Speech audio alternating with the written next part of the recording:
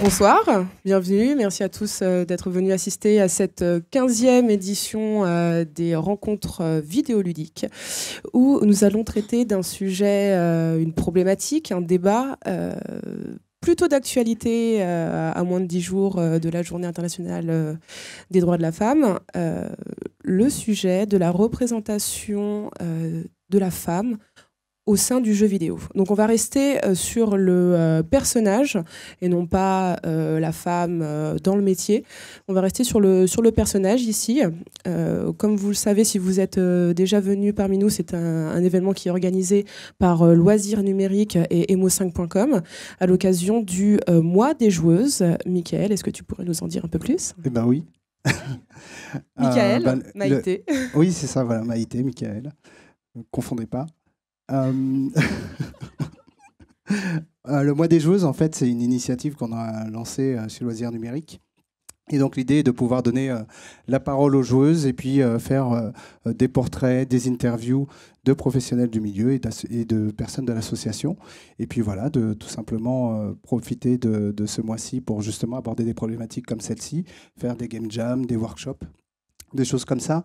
On a notamment un workshop le 25 mars sur la création de personnages féminins. Et puis voilà, que ça s'adresse avant tout aux professionnels du jeu vidéo, mais on vous en parlera sur le site internet de Loisirs Numériques. Voilà. Alors, comme je disais, la problématique aujourd'hui, c'est la représentation de la femme dans le jeu vidéo. Pour répondre à nos questions et surtout à vos questions, j'ai la chance de pouvoir vous présenter Jeanne Rousseau, qui est CEO de Spiders. Est-ce que ce n'est plus d'actualité ? Non, c'est tout à fait d'actualité. Je suis cofondatrice, CEO, scénariste, femme à tout faire. D'accord. Le couteau suisse de Spiders, donc. Mais tout le monde est un peu couteau suisse dans la boîte, dans la mesure où c'est une petite boîte, malgré tout. Et donc, comme c'est souvent le cas dans les petites structures, chacun fait un petit peu tout et s'adapte aux besoins du moment. Très bien. Pour ceux qui ne connaissent pas, Spider, vous avez, dans les gros blockbusters qui ont marché dernièrement... Je ne sais pas si c'est des blockbusters, mais parce que c'est difficilement comparable à nos concurrents. Mais on existe depuis 2008, donc ça commence à faire maintenant quelques années. Et notre dernier gros jeu, c'est Technomancer. Exactement, voilà. Technomancer. De suite, ça dit quelque chose aux gens pour le coup. Nous avons également Lise. Bonjour. Lise, qui est journaliste et chef de rubrique jeux vidéo chez mademoiselle.com. Tout à fait. Donc, qui aura ici le rôle, entre guillemets, du ressenti joueur, justement, dans la représentation de la femme dans le jeu vidéo. Et nous avons également Thomas. J'avais rien de plus à dire. Ah, pardon. Ah, c'est vrai ? Non, okay, j'avais rien plus à dire. Bon timing pour le coup. Et nous avons Thomas qui est game designer et scénariste et qui a notamment travaillé sur Remember Me, pardon. Voilà. C'est vrai, je savais pas. Sur le personnage de Niline. Oui, enfin moi j'ai pas travaillé directement dessus, effectivement c'est l'héroïne du jeu. Et du coup, par ailleurs actuellement, je dirige la création d'un jeu qui s'appelle L-Link, qui est produit par la Sorbonne, donc un jeu éducatif qui se veut en même temps respecter les standards gameplay du jeu indépendant. Et peut-être un peu en lien avec le sujet, avec quelques amis, on a cofondé une association qui s'appelle Game Impact, qui promeut des questionnements d'ordre sociaux ou politiques sur le jeu. Et on va notamment du coup organiser en lien avec Loisirs Numériques une game jam sur justement la question de représentation de genre autour du week-end du 14-15 avril, je crois. Ça. Et je donne des cours dans des écoles de game design, et notamment en faisant réfléchir les élèves sur justement les étudiants et les étudiantes sur les questions de représentation de genre, de race, etc. dans les jeux, puisque évidemment les étudiants en jeux vidéo sont un public majoritairement masculin blanc, donc histoire d'essayer de les faire voir en dehors de leur prisme. Voilà. Un ressenti quand même assez intéressant pour le coup, et puis une bonne initiative, aussi, c'est vrai. Et donc, avant de d'aller plus en profondeur dans les métiers que vous faites, on vous a posé la question de savoir quel était votre personnage féminin de jeu vidéo préféré. Je vais passer la slide qui correspond. Pour une fois qu'on a un PowerPoint avec des illustrations, on va en profiter. Voilà, donc on a 3 personnages qui sont affichés. L'idée, c'est qu'on puisse deviner déjà qui est qui et puis qui a choisi quoi. Donc je pense que la plupart des gens connaissent le personnage qui est à gauche, donc qui est Aloy, c'est ça? Donc qui c'est qui l'a choisi? C'est moi. D'accord. Est-ce que tu veux nous en parler? Pas du tout? Non, si, carrément. D'accord, je n'avais pas entendu. Alors, j'ai choisi Aloy déjà parce que Horizon Zero Dawn, donc c'est un jeu qui est sorti le 1er mars dernier. Et en fait, dès qu'il a été annoncé, moi je l'ai suivi de super près parce que je trouvais que son héroïne était trop classe. Et du coup, c'est pour ça que je m'y suis intéressée. Et en fait, un peu avant la sortie, j'ai eu la chance de rencontrer un des créateurs du jeu grâce à Sony. Et je lui ai demandé pourquoi choisir une fille comme personnage principal de votre jeu. Et il m'a dit, en fait, j'ai bien aimé sa réponse parce que sa réponse n'était pas militante. En fait, le militantisme, je trouve ça très bien. Moi-même, je suis féministe, mais pour le coup, en fait, il m'a dit, en fait, on a créé plein de personnages principaux. On a fait des essais, des mecs, des filles de différentes corpulences, tout ça. Et c'est elle qu'on a choisie, c'est elle qu'on s'est dit, elle rendra bien dans ce jeu, elle a trop la classe et tout ça. Et en fait, c'est tout. C'est juste ça qui leur a plu, en fait, c'est qu'elle était stylée. Et l'idée, c'est pas de créer une héroïne super plantureuse et tout trop classe qui va attirer les gamers mâles blancs. En plus, Aloy, elle est pratiquement jamais dénudée, en fait. Pour avoir joué au jeu, elle a des tenues où on voit son nombril, mais c'est tout. Et c'est pas non plus un personnage féminin qu'on a choisi pour attirer les filles. En fait, c'est juste qu'elle est cool. Et c'est pour ça que c'est elle que j'ai choisie. Très bien. Est-ce qu'il y en a qui ont joué au jeu dans la salle? Vous pouvez lever la main pour qu'on voit? Il y en a 4, 5, 6. Ok. C'est vrai qu'il vient de sortir, donc vous aurez le temps d'essayer. Et c'est une exclu PS4, alors c'est pas toujours évident. Ouais. Déjà. Donc il y a un deuxième personnage tout au milieu. Moi, je ne le connaissais pas. Donc c'est Kreia. Alors pourquoi c'est un personnage central dans KOTOR 2. Alors oui, c'est là qu'on voit que je suis plus vieille que tout le monde ici. Donc c'est dans l'univers de Star Wars. C'est dans l'univers de Star Wars. C'est un RPG qui pour moi, qui a été extrêmement marquant. De manière générale, alors, pas seulement ce personnage-là, mais pour tous ceux qui ont joué à ce jeu, ce personnage-là est évidemment central, puisque c'est à la fois le mentor du joueur, c'est à la fois le grand méchant du jeu. Je spoil, je suis désolée, tant pis. C'est aussi un des compagnons. C'est un personnage qui est à la fois attachant et détestable. Elle est assez extraordinaire. C'est une vieille femme. C'est con, mais finalement, il n'y a pas énormément de jeux où on a comme ça un personnage aussi important qui sont un personnage âgé. Elle est super badass, elle a des dialogues mais épouvantables. Elle est vraiment géniale. Et encore une fois, elle est très très très marquante. Il se trouve, après, je suis obligée de spoiler un peu le jeu, mais c'est évidemment un senior site, ce qu'on découvre au fur et à mesure du jeu. Et dans la mesure où ce jeu-là a été pour moi déjà très important dans mon évolution, mon apprentissage par rapport au RPG. Je dois avouer que forcément ce personnage-là a pris d'autant plus d'importance que c'était le personnage central du jeu qui d'un des jeux qui m'a vachement marqué. Donc effectivement, quand on m'a demandé de choisir un personnage féminin, et en fait le fait qu'elle soit une femme, absolument aucune importance dans le jeu, on s'en fout absolument complètement. C'est un grand mentor au départ qui apparaît à Jedi, puis finalement qui se révèle être Sith, mais son importance en tant que telle, au centre du jeu, c'est le fait que ce soit notre mentor et que ce soit elle qui nous accompagne tout au long de l'histoire. Très bien. Oui, c'est vrai que c'était un RPG et que du coup, Spiders, vous êtes spécialisé dans le RPG. Oui, et puis moi, je dois avouer, c'est clairement le genre de jeu auquel je joue le plus et depuis très très longtemps. Donc mes références sont un peu toujours dans ce genre de jeu-là. Très bien. Donc pas de secret pour le personnage de Suikoden. Finalement, un peu plus, parce que je suis pas très RPG japonais. Je dois avouer qu'au-delà des Final Fantasy, des Chrono Trigger et Chrono Cross, je suis plutôt très RPG occidental. Toi, tu le connaissais aussi. Je suis un peu plus RPG occidental. Je te laisse le présenter. Alors, non. Du coup, c'est le personnage de Thomas. Il va en parler. Alors, oui, mais je me rappelle plus de son prénom. C'est le personnage de Thomas. Il faut savoir que moi, j'ai joué au 1 et au 2, mais je connais de visu ce personnage-ci, qui est... Du coup, qui vient donc du jeu Suikoden 3, qui est du coup effectivement une série de RPG japonais de Konami, dont on n'entend plus trop parler maintenant. Je pense qu'ils ont un peu arrêté. Du coup, qui a une bonne dizaine d'années maintenant, et du coup, qui s'appelle Chris Lightfellow. Bon, ok. Et moi, je l'ai pris parce que elle illustre beaucoup de choses que je trouve assez intéressantes dans la représentation d'un personnage féminin, notamment ce qu'on pourrait appeler bon, au niveau de son background, au début, elle va assez vite prendre le commandement d'une équipe de chevaliers d'élite. Bon, le truc classique, ça va être un perso jouable, hein, c'est un des persos qu'incarne le joueur ou la joueuse. Et à la fois, c'est quelqu'un d'assez fort, d'assez dur, en même temps qui va, de temps en temps au cours du jeu, puisqu'on est dans un contexte assez militaire, être soumis à des questions de sexisme, mais les combattre tout à fait bien. Du coup, ils évoquent ces notions-là dans le jeu par rapport à ce perso.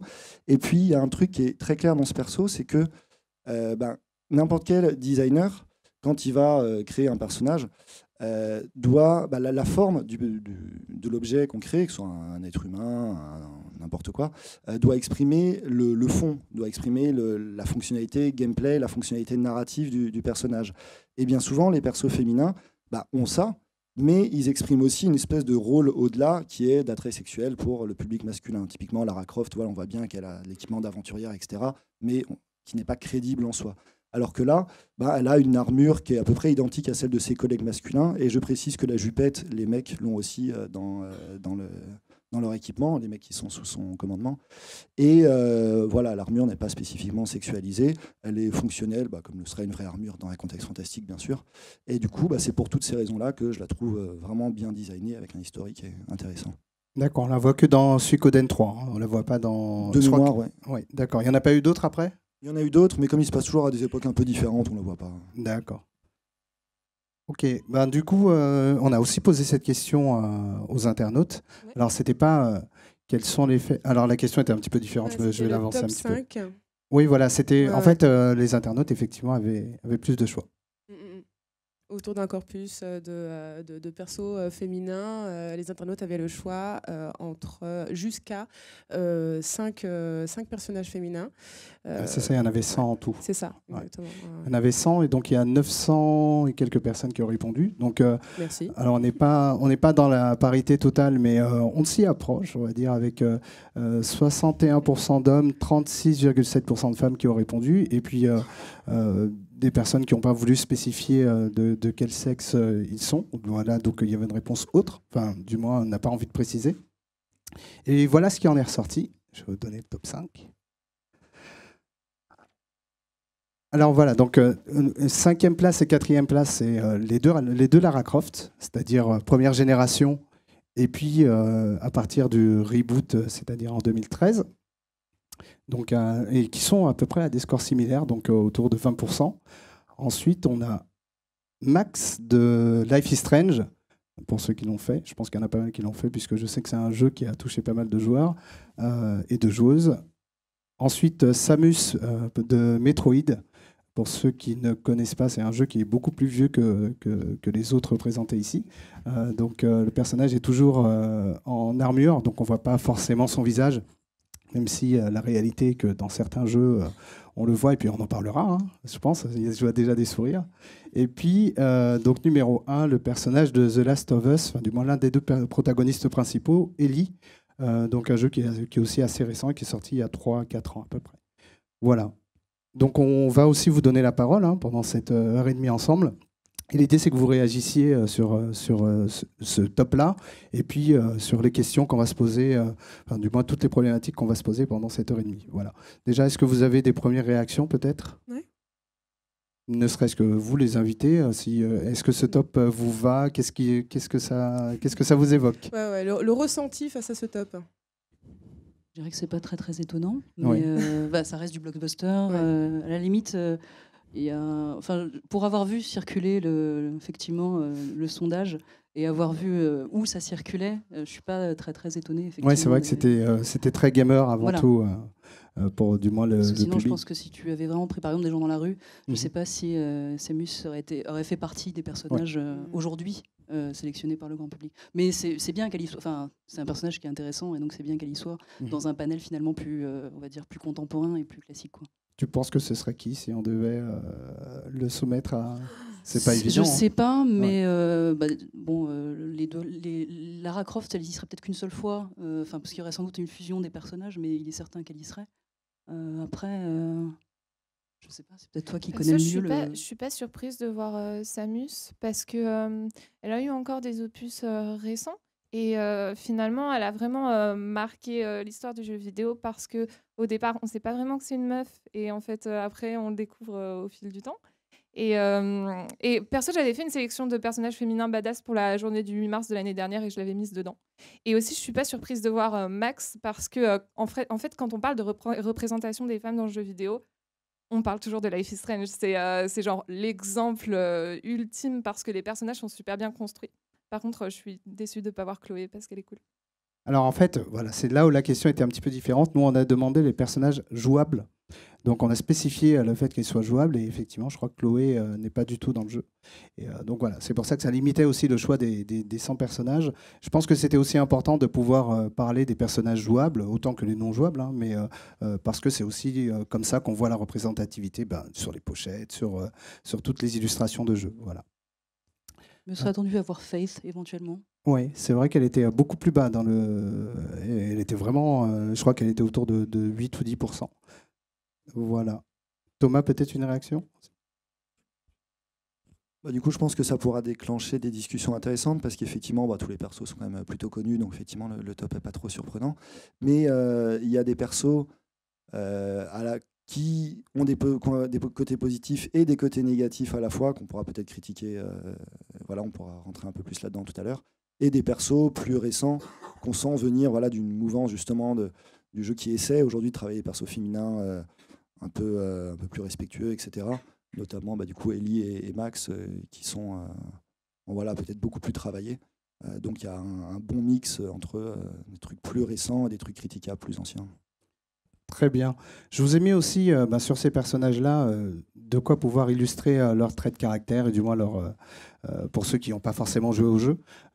C'est pas forcément évident pour vous. Des réponses qui ont été faites par Alors, les gens. Non, c'est une façon nous-mêmes de catégoriser ces personnages-là en essayant d'être le plus objectif possible, c'est-à-dire qui sont-ils, du moins dans leur mission dans les jeux, quel est leur trait de caractère principal, leurs atouts, on va dire, par rapport aux autres personnages dans le jeu, donc le fait s'ils ont des armes, s'ils ont un costume, qu'est-ce qui les distingue, et puis dans quel type de jeu ils sont.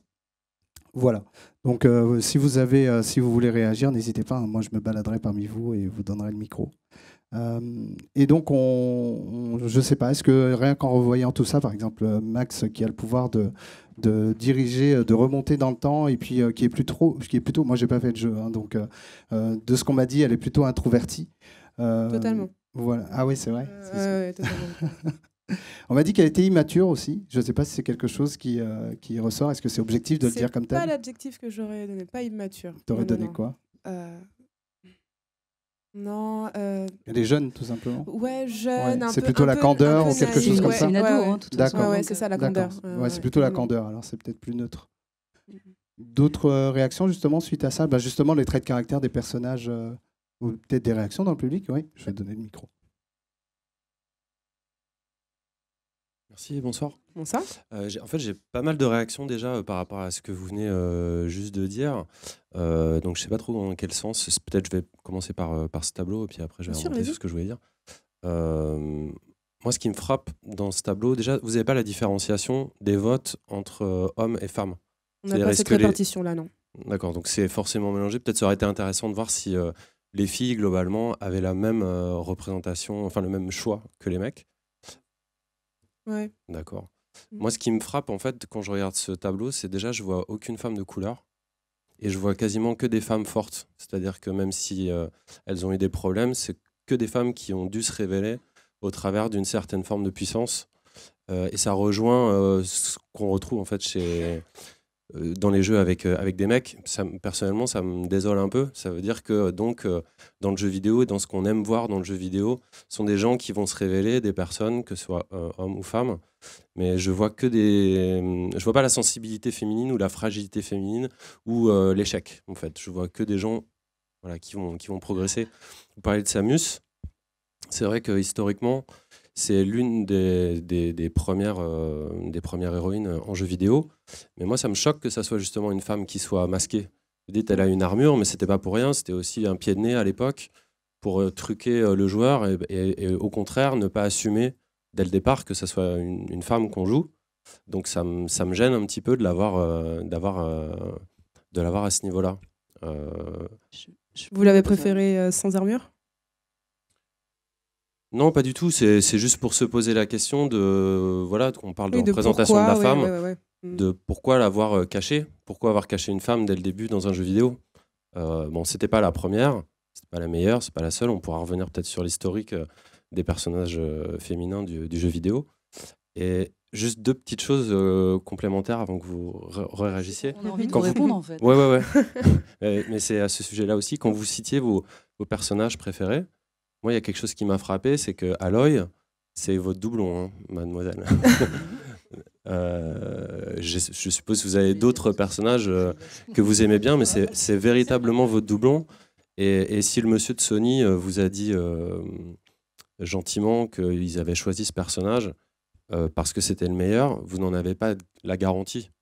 Et sur des productions comme ça, il y a quand même énormément de marketing et de business qui vient rentrer dans ce jeu pour le choix du chara design. À l'inverse, votre personnage, à vous, monsieur, Merci je termine là-dessus. Je ne savais pas. Non, mais j'étais juste étonné, c'est pas un jugement. Voilà. Et vous disiez que le personnage n'était pas sexualisé en parlant du personnage de Suikoden. Moi, je le vois traité vraiment comme un manga avec des grands yeux, etc. Et moi, je le trouve hyper sexualisé, au contraire. C'est la patte de la série au niveau des graphismes, pour le coup. Parce que sexualisé, c'est représenté comme avec une pose, avec des fringues qui sont là pour montrer qu'elle est sexuellement disponible aux joueurs masculins. Dans Suikoden, il y a des persos ouvertement sexualisés. En l'occurrence, ni sa pose, ni son design, on voit juste son visage, n'évoque ceci. Et le côté manga, tout à fait, mais l'apparence du corps est différente du côté sexualisé, de la manière dont il est présenté, en fait. Ça, c'est deux choses assez différentes. Bon, quant à la patte manga, c'est un jeu japonais, ouais. Ça, c'est assez logique.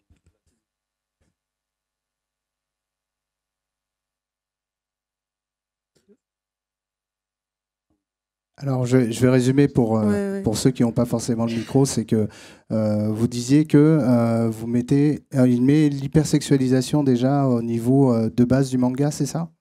Du moins de tout ce qui est univers un peu japonisant. D'accord.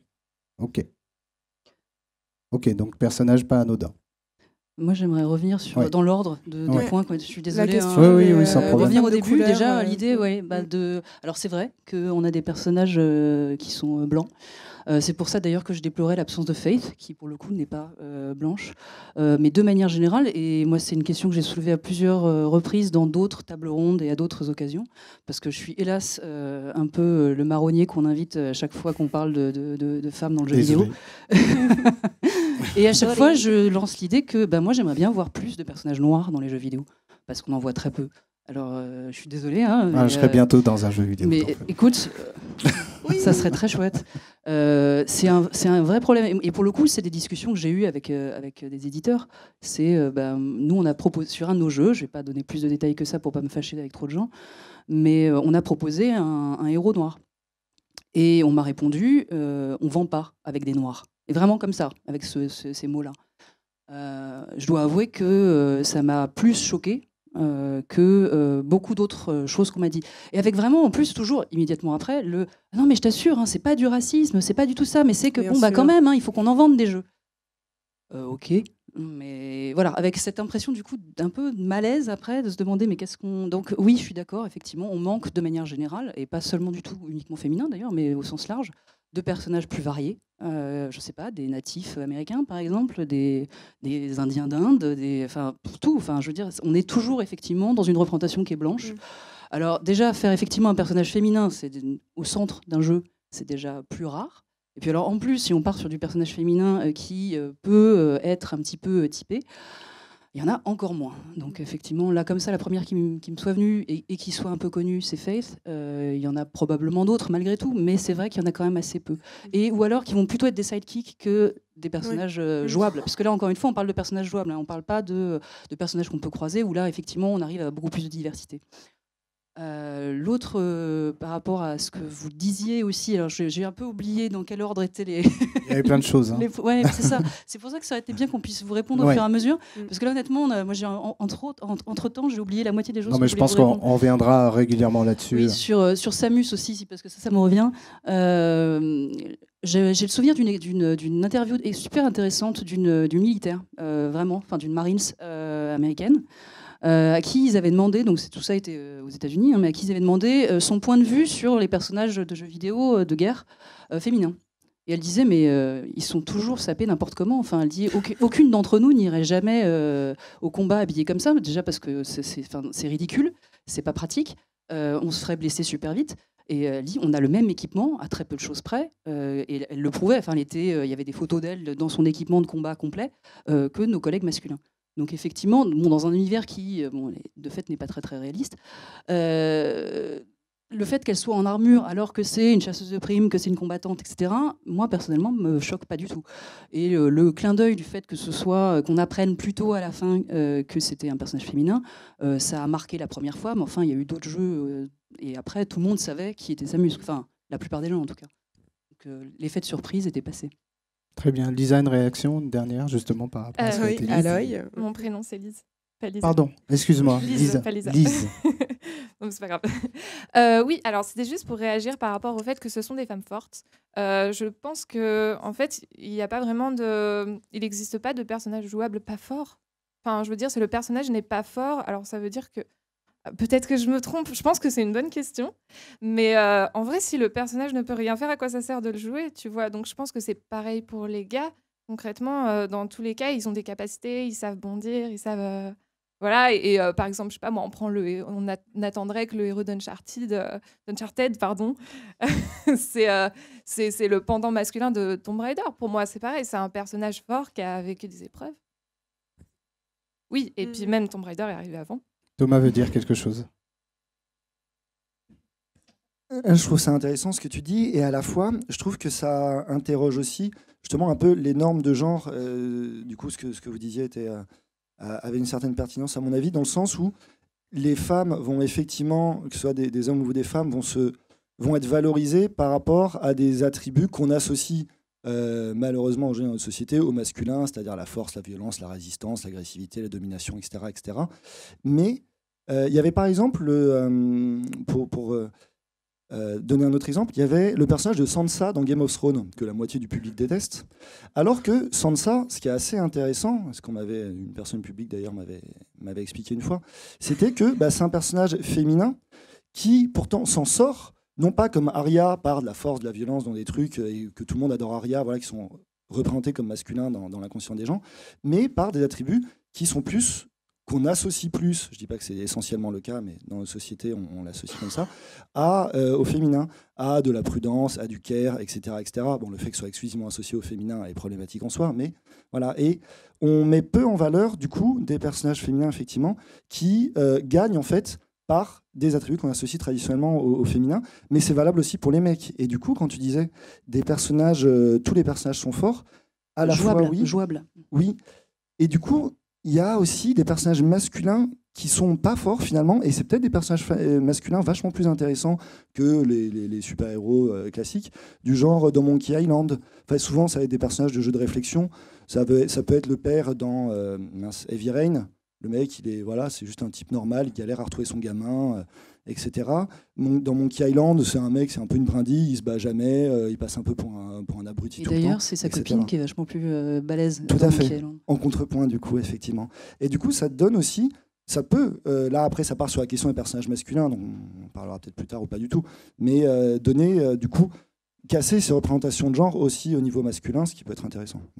Mais là, je pense que c'est effectivement plus quelque chose qui est lié au genre de jeu. Les exemples que tu as pu citer, qui sont effectivement très intéressants, et moi, c'est des personnages pour certains que j'adore, c'est plus dans les jeux d'aventure qu'on va pouvoir avoir des personnages qui peuvent être quelque part plus fins, effectivement. Que ce soit des personnages masculins, féminins, des vieux, des enfants, peu importe, mais où parce qu'on a moins besoin pour progresser, on a plus besoin de son cerveau que de ses gros muscles, la plupart du temps. Dans Monkey Island, c'est aussi de l'humour, mais bon, c'est un peu les deux choses qu'on va utiliser principalement. Alors qu'effectivement, dans les jeux d'action, comme son nom l'indique, on va devoir quand même beaucoup se servir de son corps pour progresser. Enfin, en tout cas, du corps de son personnage, parce que le sien, finalement, en général, on est assis. Mais c'est vrai que ça, on devait faire comme Lara. Et dans les RPG, on commence toujours faible et on progresse. Mais pour le coup, c'est complètement indépendant du sexe. Et on finit par devenir une espèce d'énorme monstre super balèze. Donc finalement, on retrouve... Enfin, c'est des mécaniques qui sont finalement très déjà designées, très posées, en fait, de fonctionnement de jeux vidéo. On joue parce qu'on veut progresser, parce qu'on veut découvrir, parce qu'on veut se sentir balèze. Parce qu'effectivement, on n'est pas forcément dans la vraie vie. Mais c'est pas grave, enfin, ça fait partie du fun. Et pour le coup, pour moi, c'est effectivement complètement indépendant de la représentation genrée, que ce soit personnage masculin ou féminin. Après, juste du coup, sur une dernière petite note là-dessus, je suis tout à fait d'accord. Après, ça poserait évidemment la question de mais pourquoi 90% des blockbusters, la mécanique fondamentale se résume globalement à détruire, tuer l'autre pour gagner, ce qui est le cas que ce soit du RPG, du FPS, même du jeu de plateforme en fait. Voilà. Et quelle valeur ça promeut, mais là c'est encore un autre débat, quoi. Oui, c'est un autre débat. Peut-être un autre sujet auquel je serais ravie de participer. Sans problème, on te réinvitera pour le coup. Ça marche. On va clore cette partie-là du débat. On va revenir maintenant sur vraiment la représentation de la femme dans les jeux vidéo et notamment votre constat sur les 10 dernières années. Pour vous, est-ce qu'il y a eu une évolution? Si oui, dans quel sens? Que ce soit au niveau positif ou négatif? Justement, là-dessus, on a pu voir que justement les personnages, notamment féminins, sont représentés de manière quand même plus réelle, avec une personnalité forte, avec soit des aptitudes qu'on assimile au masculin ou non. On a quand même une évolution, mais à côté de ça, on est aussi au niveau vestimentaire où on est encore parfois un peu trop léger.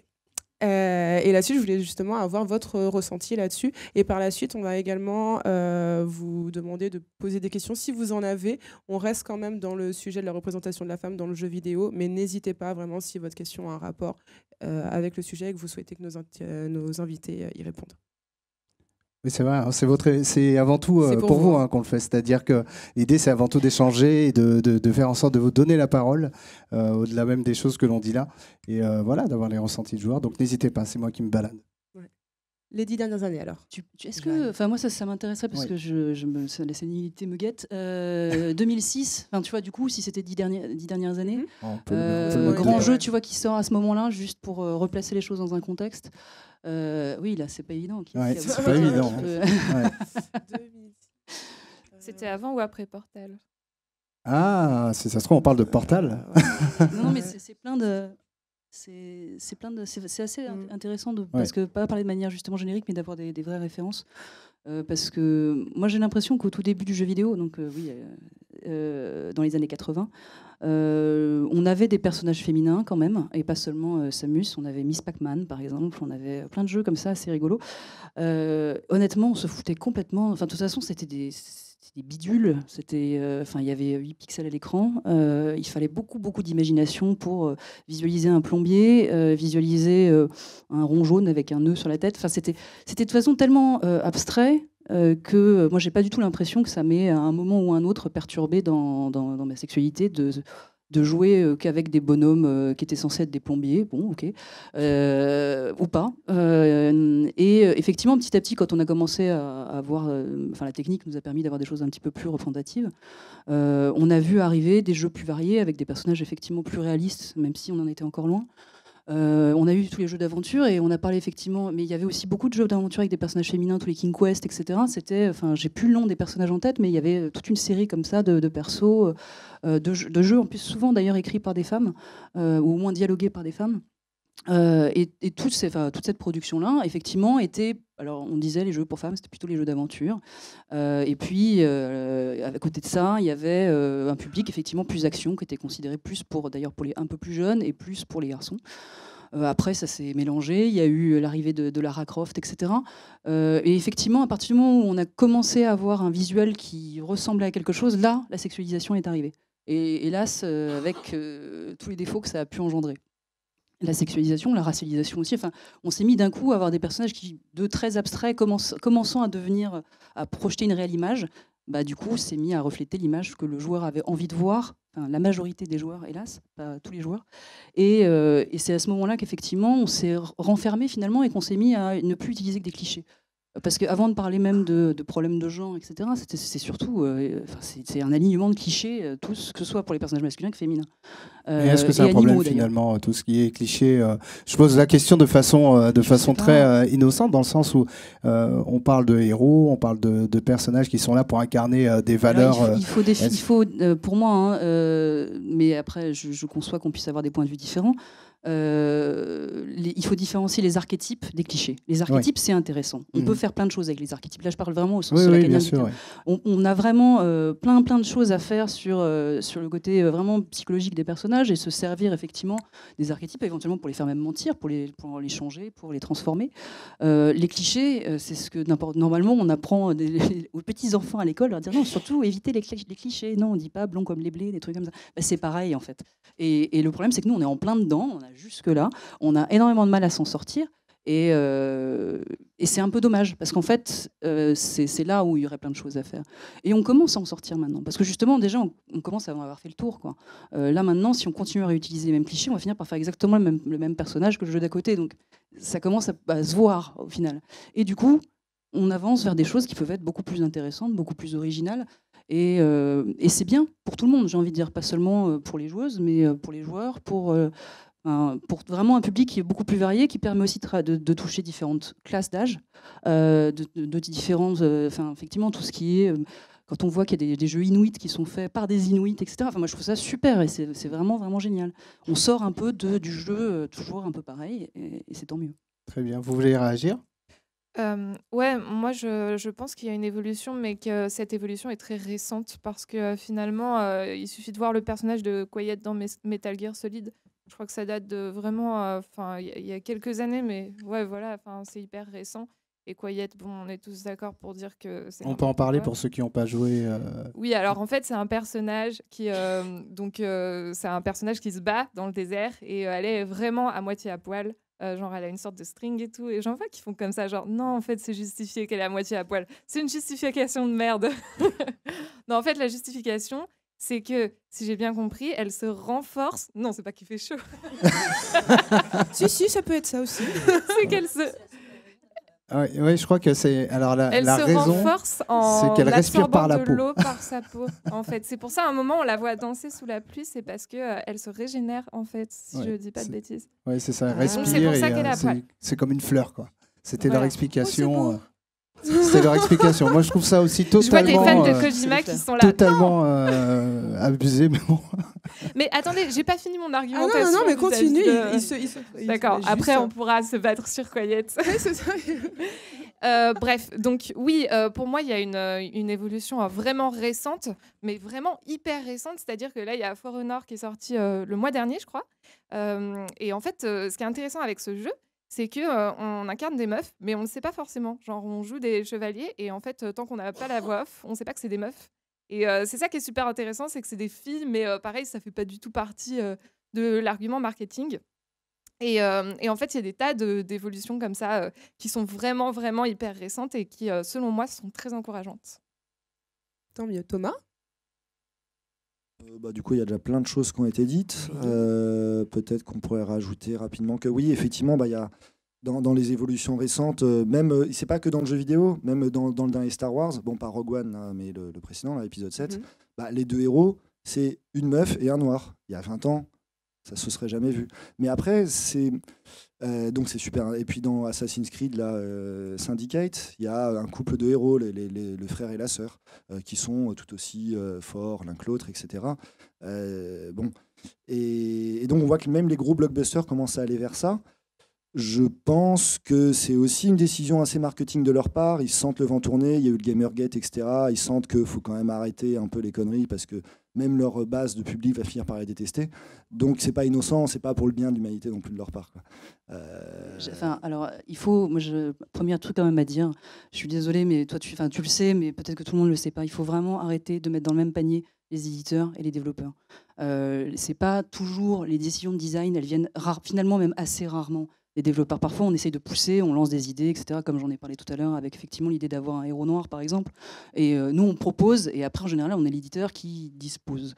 Et qui dispose pas souvent, enfin, pas toujours dans notre sens, parce qu'effectivement, c'est pas du tout, enfin, eux, le côté, on veut faire, tu vois, plaisir à tout le monde, machin. Non, eux, ils veulent vendre des galettes. C'est du marketing. Bien sûr. C'est du marketing, et puis c'est une question de survie. Il y a un moment où, quand on a des budgets qui sont très importants, ils veulent avoir que ce soit rentable. Donc à partir de ce moment-là, ils veulent prendre le moins de risques possible. Donc ils considèrent déjà que certains types de jeux ou certains types d'univers vont être un peu risqués. Alors on ne va pas en plus charger la mule et rajouter d'autres types de problématiques. Donc voilà, et après c'est vrai que nous, ça nous fend un peu le cœur quand on voit les joueurs ou les joueuses qui sur le net me disent ouais mais les développeurs ils sont pas capables de faire un personnage qui soit féminin et tout. On est là en face. Ou noir, ou ce que tu veux, enfin tu vois, et on est là, mais en fait on avait envie, on avait écrit pour ce personnage-là, et puis bah non, et on nous l'a refusé. Non, ouais, tout simplement. Michael. Alors, j'aurais une petite question, bonsoir déjà. Ça j'aurais deux questions justement à vous poser. La première serait, est-ce que vous pensez que justement le changement de perception de la manière dont on modélise les personnages aujourd'hui n'est pas lié au fait que le nombre de gameuses a également augmenté avec les années, et donc que aujourd'hui les éditeurs de moins en moins se disent qu'ils doivent plaire à un public masculin, mais plutôt qu'ils doivent plaire à un public mixte. Ça, c'est la première des bases. La deuxième question serait également par rapport à Metal Gear. Est-ce que vous ne pensez pas justement qu'il y a une exception culturelle au niveau du Japon ? Parce que si vous remarquez bien, beaucoup d'évolution dans le caractère des personnages féminins, pour le mieux, vient de l'Europe et des États-Unis. Par contre, le Japon est encore l'un des seuls pays dans lequel vous verrez énormément de jeux dans lequel justement il y a une hypersexualisation de la femme. Et pour ne pas dire vraiment au point où on part dans certaines dérives et dans des limites, à la limite de la pédophilie. Donc voilà, c'est mes deux questions justement. Est-ce que vous ne pensez pas que les gameuses ont en partie changé la vision qu'on avait des personnages féminins, et de l'autre côté, s'il y a une exception culturelle japonaise ? Monsieur, dame. Je voulais juste dire que pour ce que tu dis sur les gameuses, pour moi, c'est une évidence et ça revient sur ce que tu disais. Oui, en fait, le public est de plus en plus mixte. Le SNJV et le CEL nous le rabattent chaque année qu'il y a presque 50% de joueuses. Et du coup, ça se ressent, comme tu disais, sur le marketing. En fait, on voit ça et on se dit, ouais, il faut mettre des filles, il faut mettre des mecs et il faut avoir des personnages plus mixtes parce que le public devient mixte. Pour moi, c'est lié, quoi. Il est certain que en fait, les joueurs ont un pouvoir finalement plus que nous. Nous, on a évidemment beaucoup de pouvoir par rapport à nos créations, heureusement, mais vous avez un pouvoir sur notre éditeur que nous, on n'a pas. Et moi, je sais que j'ai vu des revirements de choix éditoriaux liés au fait qu'ils avaient lu un peu les forums sur nos précédents jeux, par exemple, et alors que nous, il y avait des choses qu'on avait défendues vraiment bec et ongle et qui nous avaient été renvoyées dans la figure. Suite au fait que les joueurs demandaient, je donne un exemple concret parce que ça sera plus simple, les romances gays. Nous, on avait envie d'en proposer dans certains de nos jeux depuis un certain temps, quand c'était cohérent par rapport à ce qui se passait. Et en fait, notre éditeur était très non, bizarre, tout ça. Il ne savait pas trop, en gros, sur quel pied danser. Et puis, il y a eu tellement de demandes sur les forums qu'ils ont fini par nous dire, mais au fait, pourquoi il n'y a pas de romance gay ? Et là, c'est le moment où on a eu envie de lui arracher un œil, même si je l'aime beaucoup. Mais, et au final, du coup, sur le dernier jeu, on a pu en mettre. Mais c'est le genre de choses où vous avez un pouvoir. Enfin, vous, les joueurs. En tant que développeur, vous verrez que finalement, vous en avez moins. Et c'est important. Enfin, effectivement, ça fait changer les choses. Je pense qu'effectivement, le fait que beaucoup de joueuses aient remonté leurs avis ou leur envie à travers les forums, à travers les blogs, à travers les différents articles, etc., commence aussi à faire réfléchir les éditeurs qui commencent à se dire, bah oui, tiens, pourquoi pas. Ça, et le fait que le jeu, mais au-delà même de la mixité, moi j'aime bien, encore une fois, parler un peu plus large, mais le jeu, les plateformes atteignent des zones du monde de plus en plus larges. et donc des cultures de plus en plus larges, pas seulement parce que le binôme USA-Japon maintenant est en train de se noyer un petit peu dans la masse, parce que finalement c'était beaucoup les USA qui étaient imposés ce modèle très blanc, très, on va dire finalement très policé, et le fait que maintenant on joue au fin fond du Sahel, vraiment partout dans le monde, alors pas toujours sur les mêmes supports, c'est vrai, mais c'est pas grave, va aussi amener un enrichissement global vraiment de la multiplicité des jeux, quoi. Et ça, c'est bien. Et justement, pour la question de la culture japonaise. Et puis, du coup, j'allais juste rajouter, on joue et on développe des jeux aussi, effectivement, comme tu le dis, en dehors du bloc occidental et du Japon, en gros, quoi. Pour la culture japonaise, alors effectivement, ce qu'on peut dire, c'est qu'effectivement, les représentations de genre, elles sont pas universelles et elles sont liées à des contextes culturels. Et les représentations de genre japonaises, autant au niveau des hommes que des femmes, elles sont différentes que celles qu'on a en Occident, avec d'autres problématiques, etc. Oui, effectivement. Après, comme dirait l'autre, justifier n'est pas excusé et vice-versa, dans le sens où le fait que ça existe, c'est pas notre culture, ne signifie bien entendu pas que ça doit pas être à prendre en charge, à critiquer, à questionner, bien évidemment. Et du coup, et ça me fait juste penser par rapport aux réactions sur Quiet, etc., là, tout à l'heure. Il y a vraiment, mais c'est en train de changer ça aussi, mais je pense que, comme tu disais, les joueurs ont beaucoup de pouvoir, et joueuses. Jusqu'à maintenant, il y avait vraiment cette impression que toutes critiques envers le jeu vidéo venaient en gros de familles de France, etc., ce qui jusqu'à assez récemment était assez vrai, et du coup était complètement injustifié. Maintenant, il faut arriver à en revenir, c'est-à-dire qu'il y a encore beaucoup de personnes, autant dans les joueurs-joueuses que dans les développeurs-développeuses par ailleurs, qui voient toute critique comme quelque chose qui va détruire le jeu vidéo, que quelqu'un n'aime pas le jeu, etc. Alors que aujourd'hui, il faut savoir s'autocritiquer dans notre domaine pour justement s'améliorer. Et refuser toute critique sur le domaine qu'on pratique, ça va être le meilleur moyen de le figer et de le laisser mourir, quoi. Donc il y a ce besoin aussi de réaliser ça n'arrivera pas. En fait, dans le sens où effectivement il y a des gens qui sont comme ça, et j'ai envie de dire le train va leur rouler sur la gueule. Enfin, c'est triste à dire, hein, mais eux ils seront accrochés à leur petit truc et puis qui va mourir effectivement avec le temps. Mais ils sont encore bien vivaces. Hein. Oui, non, mais bien sûr, non, mais pas eux. De toute façon, je leur souhaite pas de mourir, mais c'est l'idée qu'ils ont du jeu vidéo va finir par crever parce que c'est comme ça évolue quoi qu'il arrive. Et c'est même pas entre nos mains ou entre les leurs, c'est un courant en fait, et on n'échappe pas au courant, quoi. Tout à fait, mais après, je suis assez d'accord avec toi et je vois les choses assez de la même manière. Après, tout courant ne se fait pas naturellement, elle produit d'une lutte et de conflits, de questionnements et qu'il faut aussi porter, bien évidemment. Michael. Très bien, une question par là. Bonjour, moi c'est Farid. En fait, j'ai plutôt 3 petites questions.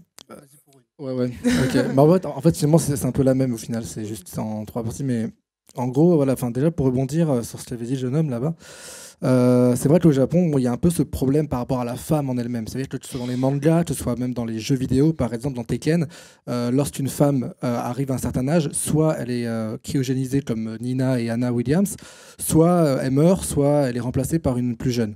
Donc en Soul Calibur, on a pu le voir également. Donc voilà, Taki et tout le reste sont effacés du roster. Mais c'est vrai que, du coup, ma question s'intéresse sur les jeux de combat. Donc c'est vrai que les jeux de combat ont souvent été caricaturés comme étant des jeux pour hommes. Donc du coup, c'est vrai que les personnages ont souvent été hyper sexualisés. Mais au final, on peut voir que dans Mortal Kombat 10, par exemple, les personnages féminins sont à peu près toutes, on va dire... elles ont perdu de la poitrine, quoi. Elles ont perdu des formes, mais également elles sont beaucoup plus habillées. Et dans Injustice, on peut également voir ce truc-là sur Wonder Woman qui, de base, est sexualisé. Donc, est-ce que au final, le jeu de combat est plus poussé dans ce problème en fait de sexualisation de la femme, parce que finalement on voit des tas de jeux de combat qui sexualisent énormément. Donc le jeu de combat est un genre particulier pour les hommes au final, du coup, et créera-t-il encore plus de personnages sexualisés ? On en parlait déjà un petit peu tout à l'heure en disant que les jeux d'aventure qui étaient déjà marketés il y a 15 ans pour les femmes avaient des personnages féminins souvent plus intéressants, et masculins d'ailleurs, souvent plus creusés, etc. Et c'est un peu, ça va dans la suite de ce que tu dis, effectivement à partir du moment où le jeu d'aventure permet souvent déjà de développer une histoire, plus que dans un jeu de combat quand même, malgré tout, c'est quand même un peu plus le but du truc. Effectivement, on s'est retrouvé avec des clichés qui en plus devaient répondre à des mécaniques vraiment pures et brutes de combat, enfin de jeux d'action. Et oui, bien sûr, c'est effectivement, ça a été très très longtemps considéré, ce qui ne veut pas dire que c'était vrai, comme la chasse gardée d'un public masculin et assez jeune. Parce que les hommes plus âgés, on leur destine pas non plus les mêmes choses. En général, elles ont un petit peu moins de seins, elles sont un poil plus habillées, un peu plus classe, mais bon, c'est encore autre chose. Ce qui ne veut pas dire qu'elles sont pas sexualisées. En tout cas, oui, effectivement, parce que c'était, on pensait que le public était là. Effectivement, il est certain que les personnages, de manière générale, même les bonhommes, hein, qui ont des muscles comme ça, enfin plus épais que mes cuisses, dans la vraie vie, j'en croise pas souvent des gens comme ça. Mais c'est pas grave. Enfin, c'est pas grave à décider justement. Mais ça fait partie effectivement d'une iconographie très cliché, très caractérisée des jeux de combat. Ouais. Si tu t'intéresses à la représentation des gens dans les jeux de combat, je t'encourage à aller voir le travail de Fanny Lignon, qui est une chercheuse très chouette et très intéressante là-dessus. Et en fait, elle explique que ce qui est intéressant avec les jeux de combat, c'est que tous les personnages sont plus ou moins hypersexualisés. Bon, on l'a vu Chun-Li avec ses hanches énormes. Et même les mecs qui sont super musclés et tout, ils correspondent finalement à une sorte d'idéal masculin. Donc là-dessus, tout le monde est logé à la même enseigne. Et en fait, il y a eu une évolution dans le jeu de combat qui était intéressante. C'est qu'au départ, donc, de base, les filles sont plus fines que les garçons. Du coup, les garçons frappent plus fort. Et au départ, en fait, les mécaniques de jeu de combat étaient plus rustiques. Et du coup, c'était quoi l'intérêt? C'était de frapper. Donc on se basait uniquement sur la force et c'était les mecs qui étaient trop forts. Et puis peu à peu, le jeu de combat s'est développé et les mécaniques sont devenues plus complexes. On a pris en compte la vitesse, la souplesse, la capacité d'éviter les attaques et tout ça. Et c'est là qu'en fait, les filles sont devenues plus fortes. Et aujourd'hui, choisir Chun-Li, c'est une bonne stratégie. Et c'est ce que je trouve intéressant, c'est que du coup, c'est d'une certaine façon, par un coup du sort, ces jeux-là ont réussi à attirer un public féminin parce qu'on se retrouvait plus dans ces personnages-là de filles qui pouvaient poutrer des gens. Très bien, j'ai aussi une question juste là. Une seule. Hein. Non, 40. Toujours 5 heures, ça va. Moi, j'avais une question qui est peut-être un peu complexe, je sais pas. Si on regarde des jeux qui marchent bien, ou plus ou moins, par exemple, je vais prendre l'exemple de Horizon Zero Dawn qui vient de sortir, qui marche plutôt bien. Bon, il y a Zelda qui masque un peu le truc, mais on a Horizon Zero Dawn qui marche bien. Je vais prendre un jeu qui est un peu plus vieux, par exemple Beyond Good and Evil, là où dans les deux jeux, on incarne une femme. J'ai l'impression, souvent, quand je vois un jeu là où on incarne une femme, pas forcément un jeu de combat, un jeu vraiment là où on incarne un personnage, on a tendance à stigmatiser la femme sur son concept culturel. Par exemple, Jade, on la voit comme une personne chinoise et on se rend compte qu'elle s'occupe d'un orphelinat avec plein de races différentes. Je dis races parce qu'il y a des hommes chèvres, des hommes cochons, on a la totale, c'est la fête. Mais on peut voir que par exemple, elle va être stigmatisée de par sa culture et du fait qu'elle est chinoise, donc du coup elle se bat avec un bâton en arts martiaux. On a la femme dans Horizon Zero Dawn, je connais pas son nom, je suis désolé, j'ai pas joué au jeu, mais en regardant quelques vidéos, j'ai pu vite comprendre que ça marchait en tribu, que du coup c'était une amérindienne et qu'elle allait se battre pour sa tribu ou autre. Non, elle est blanche. Elle a quand même, elle fait partie d'une tribu. Oui. Elle a plus un côté rapport avec les Amérindiens quand même. Elle a plus un côté viking, je dirais. Et les développeurs avaient dit qu'ils se basaient sur l'aspect viking, mais que l'idée était sur les tribus. Tout ce que je voulais dire par là, c'est que généralement, on a tendance, j'ai l'impression qu'on a tendance à stigmatiser la femme dans les jeux sur un principe culturel très simple, et on n'arrive pas à faire un personnage comme dans la plupart des jeux là où on a un homme, là où l'homme en fait est juste un homme, c'est tout. Alors que la femme, généralement, on a tendance à stigmatiser de par une culture ou un certain point. Généralement, on a un lien avec une culture précise. C'était ma question. C'est pas forcément la culture. Enfin, je vois ce que tu veux dire. Et honnêtement, on en a plus ou moins déjà parlé tout à l'heure. C'est les clichés, quoi.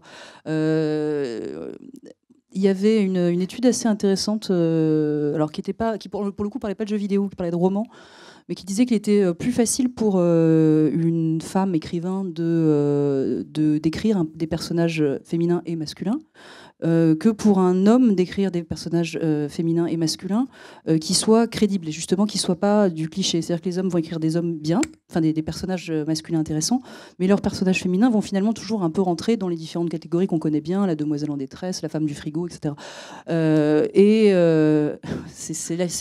Aerys, c'est celle qui meurt au bout du 2e chapitre pour faire pleurer le héros et lui donner envie d'aller pâter. Enfin bon, voilà. Final Fantasy VII. Par exemple, oui, Ouais, pardon.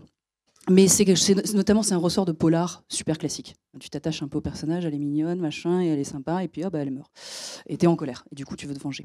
Voilà, donc ces clichés-là, on les retrouve très facilement, alors qu'effectivement, quand c'est une femme qui écrit, alors est-ce que c'est parce qu'elle doit un petit peu plus souffrir, ou est-ce que c'est parce que, et c'était l'idée de cette étude, elle a tellement l'habitude de lire, de jouer, de voir des films, etc., depuis son enfance où les héros sont des hommes, qu'elle sait déjà se projeter à la place des hommes, et qu'elle a une culture finalement de profil masculin qui est plus large que les hommes n'ont de culture de profil féminin. Mais ça revient exactement à la même histoire, c'est-à-dire qu'en fait, simplement, on a du mal à s'extirper des propres clichés culturels qu'on a bouffés, et au-delà vraiment de problèmes sexuels, qui sont effectivement aussi des problèmes culturels. Donc, dès qu'on voit un Asiatique, bah oui, il fait du kung-fu. Enfin, c'est horrible, mais ça se voit, et pas seulement. Il suffit de regarder un film de Luc Besson, hein, c'est pareil, quoi. C'est des choses qui reviennent énormément dans nos produits culturels au sens très très large. Et c'est pas bien. C'est pas bien dans le sens où il y a un jugement de valeur dessus, mais c'est pas bien parce que ça serait bien d'en sortir un petit peu, effectivement, de pouvoir proposer des choses un peu différentes et un peu moins gnangnan, quoi. Mais ça va se faire, puis c'est à nous et à vous de le faire. Moi, je vois pas en quoi aussi. on en sort au niveau des hommes, parce que finalement, c'est difficile d'avoir des exemples. Pour les mecs, comme on disait tout à l'heure, la majeure partie des héros de jeux vidéo, c'est des hommes blancs. Donc on peut pas dire qu'ils sont restreints à leur culture, parce que leur culture, c'est quoi? C'est l'Occident, oui. On va prendre d'autres questions aussi, parce que c'est vrai que si on prend toujours les mêmes personnes, j'aimerais bien, en fait, dans la salle, je crois qu'on est à peu près 50% hommes, 50% femmes. Il n'y a que des questions d'hommes. N'hésitez pas à réagir aussi, c'est vraiment l'occasion. Et je vois pas, elle a une petite main comme ça.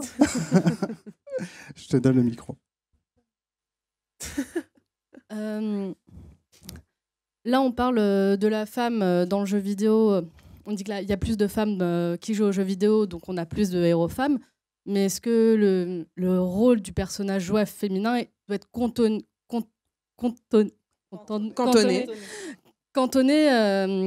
parce qu'il y a des joueuses? Du coup, on a plein de personnages masculins très variés, avec beaucoup d'attributs très différents, qui sont même des fois un peu méchants, mais sympas en même temps. La femme est souvent très stigmatisée, elle est pulpeuse, elle a moins d'attributs et on en voit beaucoup moins dans le jeu vidéo. Et on en fait plus parce qu'il y a apparemment plus de femmes qui jouent aux jeux vidéo. Mais justement, est-ce que le personnage féminin, le personnage joueur féminin, devrait s'extirper du fait qu'il soit une femme, qu'elle soit une femme, et devenir juste un personnage à part entière? Moi, dans mon choix de personnage, en tout cas, pourquoi j'avais choisi Créa, c'est parce que justement, le fait que ce soit une femme, on s'en fout complètement. C'est absolument, c'est pas important. À aucun moment, dans aucun des dialogues du jeu, c'est important. Elle est notre mentor, c'est tout. Et ça aurait pu être un extraterrestre, parce que c'est Star Wars, donc voilà. Ça aurait pu être un mec, effectivement. Mais ils ont fait ce choix-là. Ils ont fait de le faire porter par cette femme âgée. En plus, qui sort un peu du coup des clichés, parce que elle est absolument pas plantureuse, elle est cachée sous son espèce de voile, etc. Donc elle est tout sauf sexuée. Et c'est le grand méchant du jeu et le mentor du joueur. Durant tout le jeu, on la voit. C'est le seul personnage qu'on voit tout du long jusqu'à la fin.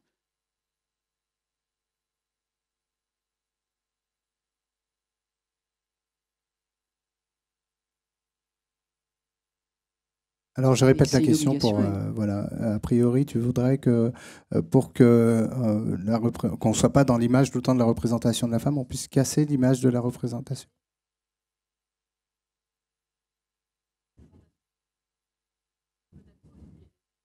D'accord.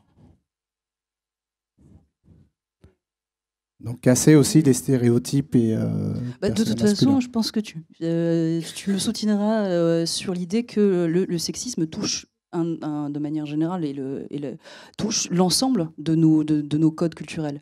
Et donc les personnages masculins comme les personnages féminins, c'est comme les personnages d'âge, enfin la vision de l'âge aussi. Et effectivement, on supporte mieux un homme vieux, le sage, machin, etc., qu'une femme vieille.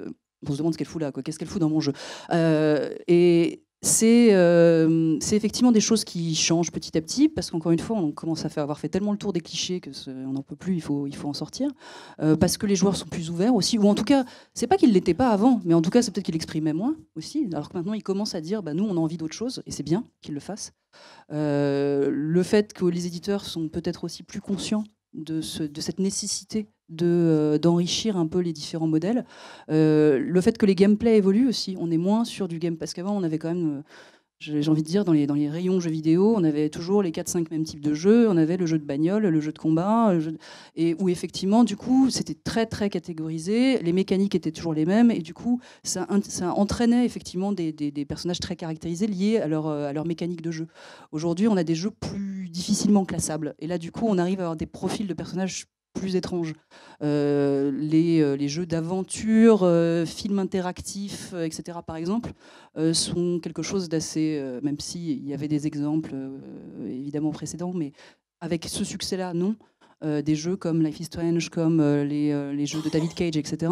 Qu'on les aime ou qu'on les aime pas, on s'en fout. C'est intéressant parce que ça amène de nouvelles mécaniques et effectivement, du coup, bizarrement, des personnages un peu plus fins, un peu plus...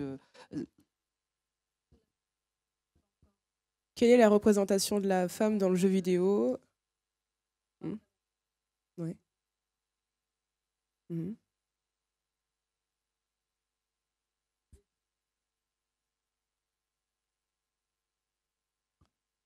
Après, on va devoir avancer parce que si c'est toujours les mêmes qui posent des questions... Là, je pense que la question, elle est un peu trop ouverte au listing et justement, là, à savoir qu'est-ce qui va pas. Alors, la coupe de cheveux, les fringues, le caractère. En fait, on pourrait pas réellement trouver un personnage qui pourrait symboliser l'archétype du cliché total. Mais par contre, on a une question qui a été posée sur les réseaux sociaux, pour le coup.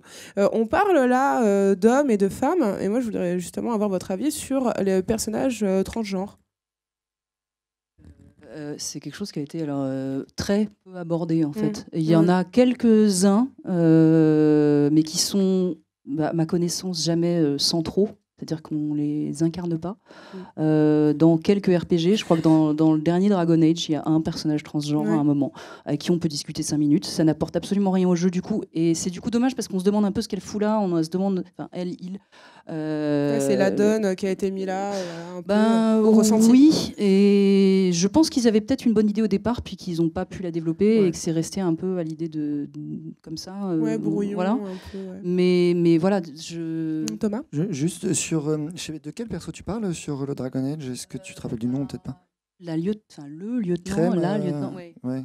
Mais il me semble que c'est un perso qu'on voit quand même plus de 5 minutes selon les embranchements. Ouais, mais elle a pas, elle est pas jouable. Elle n'intègre pas ton équipe. Tu peux lui parler un peu justement de son genre, de qui elle est, parce que c'est pas spécialement précisé au départ. Et il y a que comme ça que tu découvres d'ailleurs que c'est pas un jeune homme un peu androgyne. Et voilà, et c'est tout. Enfin, et au-delà de ça, il n'y a pas plus de réflexion, d'apport, etc. Enfin, c'est pas... Bon, après, c'était pas spécialement le propos, peut-être qu'encore une fois, ils ne savaient pas trop quoi en faire, mais elle n'a pas, honnêtement, beaucoup d'importance dans l'histoire. Ils en ont beaucoup parlé, ils ont fait beaucoup de communication autour. Pour moi, c'est complètement retombé à plat quand j'ai pu, justement, aller voir ce perso et me rendre compte qu'en fait, il y avait ces 3 phrases qui cyclaient en boucle, et à partir de là, il ne se passait plus rien, quoi.